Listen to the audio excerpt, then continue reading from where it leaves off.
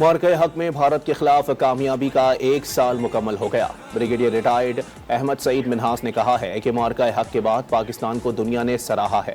بھارت کا پاکستان کو آئسولیٹ کرنے کا خواب چکنا چور ہو گیا۔ تمام ناظرین کو 1 سال مکمل ہونے کا معرکہ بہت مبارک ہو۔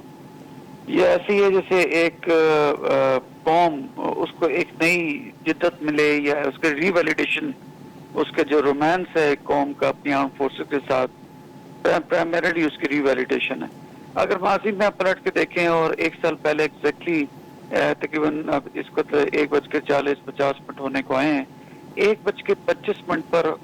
جو یہ مارکا شروع ہوا تھا، ایگزیکٹلی اسی رات کو 1 سال پہلے 365 دن پہلے ہم نے کچھ 12:30 بجے شروع کیا تھا اور 1:25 پہ ہم ان کے 6 جہاز گرا چکے تھے۔ تو الحمدللہ وہ جس صورت کے ساتھ اور جس پروفیشنلزم کے ساتھ ہمارے شیپرز نے، ہمارے پائلٹس نے، انڈین ایئر فورس کی جو ایک میتھ تھی یا اس کا جو ایک مقام تھا ان terms of numbers of the advance aircrafts میں رافیل، سو-30s، MiG-29 اور اس طرح کے جدید جہاز شامل تھے، اس کے جتنی اس کا روٹ تھا ہم اس کو مٹی میں ملایا تھا۔ تو لہٰذا اس کا اگر ماضی میں پلٹ کے دیکھیں تو اس طرح کی 3 متس تھی جو ٹوٹی تھی اس رات کو۔ ایک کانسیپٹ جو ری ویلیڈیٹ ہوا تھا اور ایک نیو نارمل بنا تھا۔ اگر میں 3 متھ کی بات کروں جو ٹوٹی، وہ سب سے پہلے متھ یہ تھی کہ انڈینز جو ہے ان کو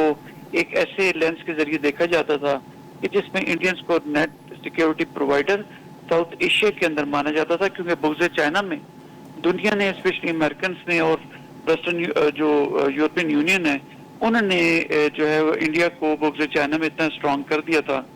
کہ وہ نیٹ ریجنل جو ہے وہ سیکیورٹی پرووائڈر کے لینس سے دیکھے جا رہے تھے۔ یہ جو کانسیپٹ تھا اس رات کو 365 دن پہلے 1 سال ایگزیکٹلی نیٹ ریجنل اسٹیبلائزر کی صورت میں پاکستان کے حق میں ریلیگیٹ ہو گیا۔ اب پاکستان کو پیس، ایک امن کا پیغمبر کے طور پہ دیکھا جاتا ہے ہمیں، اور نیٹ ریجنل اسٹیبلائزر کے طور پہ دیکھا جاتا ہے۔ تو ایک تو پہلی مت یہ ٹوٹی انڈیا کے متعلق۔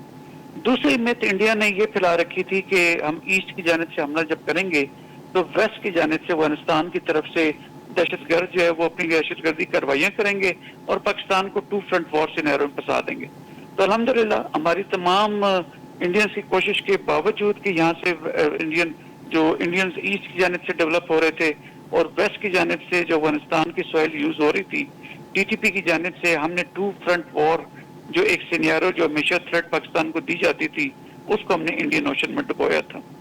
تیسری میتھ جو سوشل میڈیا کی وجہ سے یہ پھیلائی جا رہی تھی اس وقت کہ پاکستان کی عوام اور پاکستان کی افواج، ان کے درمیان جو رومانس تھا وہ ختم ہو چکا اور ان میں کوئی دراڑ پڑ چکی ہے اور اب عوام جو ہے اپنی افواج کے ساتھ نہیں کھڑے ہوئے۔ یہ جو متھ، یہ پروپیگنڈا انہوں نے پھیلایا تھا سوشل میڈیا کے ذریعے، یہ ثابت ہوا، یہ متھ بھی ٹوٹی اور ہم نے دیکھا کہ first bullet fired by the Indians. تو جتنی ہماری کوئی انٹرنل اگر کوئی ڈائیورجنس آف اوپینین تھا بھی پولیٹیکلی مختلف پولیٹیکل پارٹیز کے درمیان، وہ ایک دم سے سیمنٹڈ ہوا، ایک دم سے جو ہے واپس جڑے اور آ کے افواج کے پیچھے کھڑے ہوئے۔ یہی وجہ ہے کہ 55 منٹ کے اندر ہم نے ان کے 6 جہاز گرائے تھے۔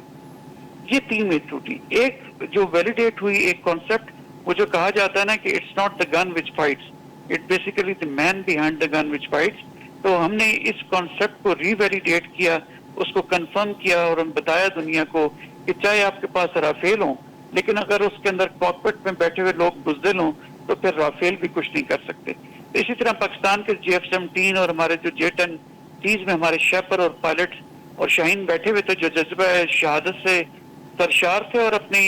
خود مختاری اور سالمیت کے لیے اپنی جانیں دینے کے لیے تیار تھے، اور تیاری بھی کس طرح کی کہ پروفیشنلزم کی ایک معراج تھی۔ تو اس میں اگر آپ دیکھیں تو ہمارے جو ایئر فورس کے جو اس وقت جو DGICR کے ساتھ جنرل احمد شریف کے ساتھ بات چیت کیا تھا، اورنگزیب صاحب ان کا نام تھا، وہ ہارٹ تھروب بنے اور وہ پوری میڈیا کے اندر جو ہے وہ ایک الگ ایک سپر ہیرو کے طور پر سامنے آئے۔ وہ جو رومانس تھا ایئر فورس کا اور عوام کا، وہ دوبارہ ری ویلیڈیٹ ہوا۔ لاسٹ چیز میں بات کرنا چاہوں گا وہ یہ کہ جو ہم کہتے ہیں نا کہ ایک نیو نارمل جنریٹ ہوا، تو نیو نارمل یہ جنریٹ ہوا کہ کیسے آپ اے سیمیٹری ہونے کے باوجود 4 گنا بڑی افواج جو انڈینز رکھتے تھے اس کو آپ نے مطلب ہے کہ 4 دنوں کے اندر